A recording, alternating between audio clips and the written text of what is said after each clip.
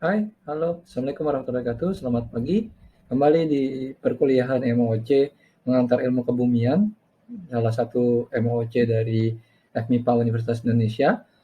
Kali ini kita akan membahas di materi yang keenam terkait tentang plak tektonik, dan juga nanti akan kita bahas tentang gempa bumi serta bagian interior dari bumi. Untuk bagian yang pertama, kita akan bahas tentang continental drift. Jadi continental drift ini pertama kali dicetuskan oleh Alfred Wegener. Jadi dia berpendapat bahwa adanya sebuah apungan benua yang membuat sebenarnya eh, benua-benua yang ada sekarang ini berasal dari satu benua yang sangat besar atau yang kita sebut sebagai superkontinen.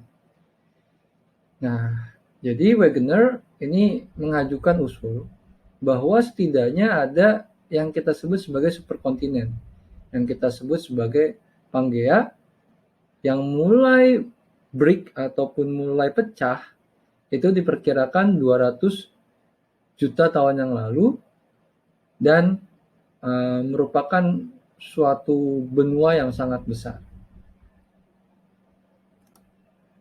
Nah, ini ya ceritanya bagaimana Pangea atau benua raksasa ini atau superkontinen ini mulai pecah. Jadi di 250 juta tahun yang lalu diperkirakan Pangea sebagai benua yang muncul di bumi ini. Kemudian di 200 juta tahun yang lalu mulai pecah ya menjadi dua daratan. Yang di utara kita kenal sebagai Laurasia dan yang di bagian selatan dikenal sebagai Gondwanaland. Nah, jadi diperkirakan Atlantiknya itu ada di antara ini nih. Nah, ini yang memisahkan antara bagian utara Amerika dengan bagian utara dari Afrika.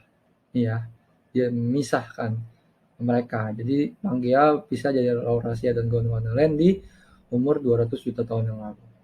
Di 100 juta tahun yang lalu, nah rifting terus berjalan, di mana North America dan Afrika sudah mulai memisah ya di sini. Kemudian adanya dorongan India yang memisahkan diri dari Antartika atau di bagian Gondwanaland.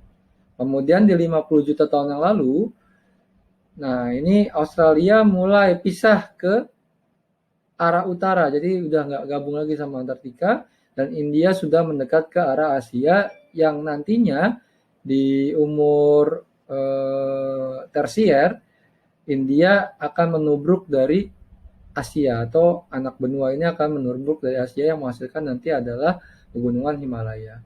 Ini adalah kondisi dari bumi sekarang di mana terpisah-pisah menjadi beberapa benua. Nah, jadi apa sih yang membuat Wegener ini berpikiran bahwa ada teori apungan benua?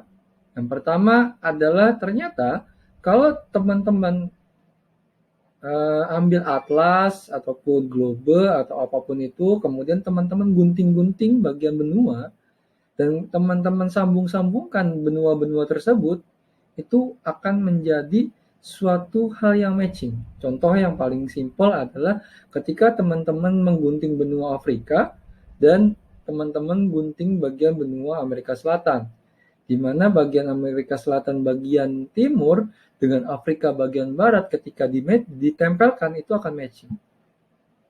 Artinya apa? Artinya ketika itu matching itu adalah suatu bukti bahwa dulunya mereka pernah jadi satu kesatuan.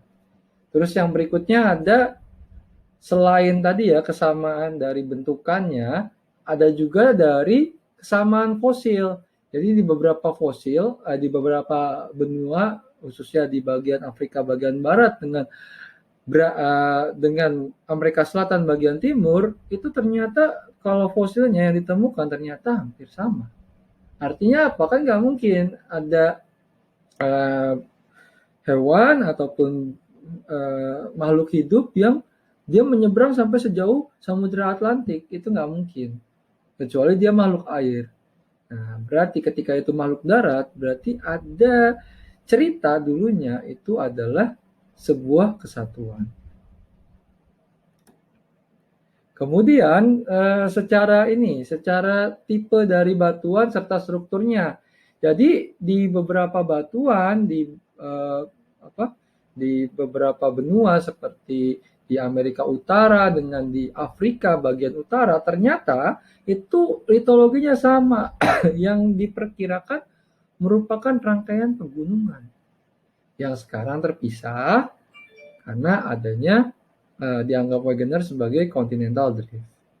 Dan yang gak kalah penting adalah iklim purba. Iklim purba seperti apa? Nah, ini akan saya tampilkan di slide berikutnya. Nah ini ya, tadi kalau teman-teman lihat di bagian Amerika Utara, sebenarnya di sini juga ada penerusannya di pegunungan Atlas.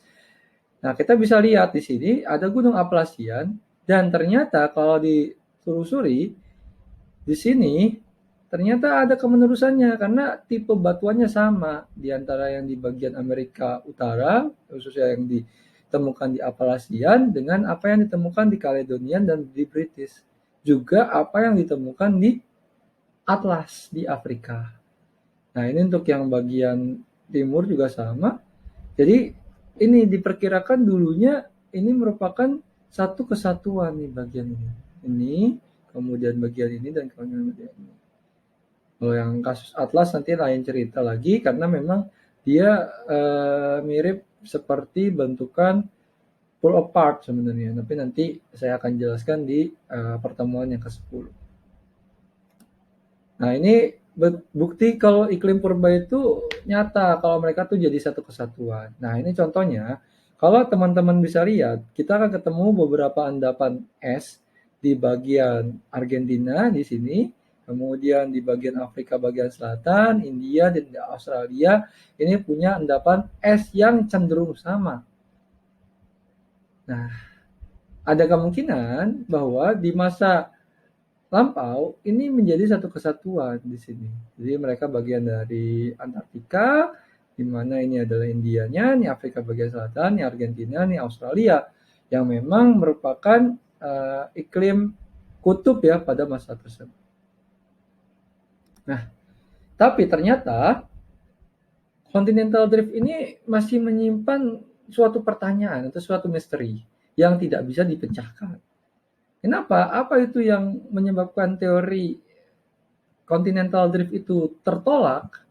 Karena Wegener sendiri tidak bisa menjelaskan bagaimana kontinen itu bisa bergerak. Dia cuma bisa menceritakan bahwa adanya apungan benua. Tapi gimana caranya? Apa yang menyebabkan benua tersebut menjadi terpisah atau break up? Wegener nggak bisa menceritakan tersebut atau tidak bisa menjelaskan mekanisme tersebut. Dan akhirnya hanya bisa dijelaskan dengan suatu teori baru yang kita kenal sebagai plate tectonic. Dan plate tectonic sebenarnya juga bukan suatu teori yang mudah diterima oleh orang-orang ataupun para ahli kebumian. Karena pada tahun 1930 ya sampai 1960 ada teori lain yang menyebabkan atau yang menyatakan bahwa adanya teori geosyncline. Jadi geosyncline itu percaya bahwa ya adanya sebuah syncline yang menyebabkan benua ada yang turun, ada yang naik, itu prosesnya. Jadi tidak ada tuh yang namanya disebut sebagai gerakan ataupun continental drift juga enggak. Mereka nggak percaya. Jadi mereka lebih percaya bahwa ya dulunya bumi satu kesatuan, ya merupakan sebuah siklus di mana adanya subsidence dan adanya uplift dalam suatu waktu yang lama atau dalam waktu geologi. Mereka belum percaya bahwa adanya sebuah pergerakan yang kita kenal sebagai teori tektonik lempeng. Oke, demikian untuk materi yang pertama ini. Silakan mengerjakan kuis, baik itu di MAS ataupun di IDLS. Kalau misalnya ada pertanyaan, silakan diajukan di kolom komentar ini. Sekian dari saya, kurang lebihnya mohon maaf. Assalamualaikum warahmatullahi wabarakatuh. Selamat pagi, sampai ketemu di chapter selanjutnya. Terima kasih.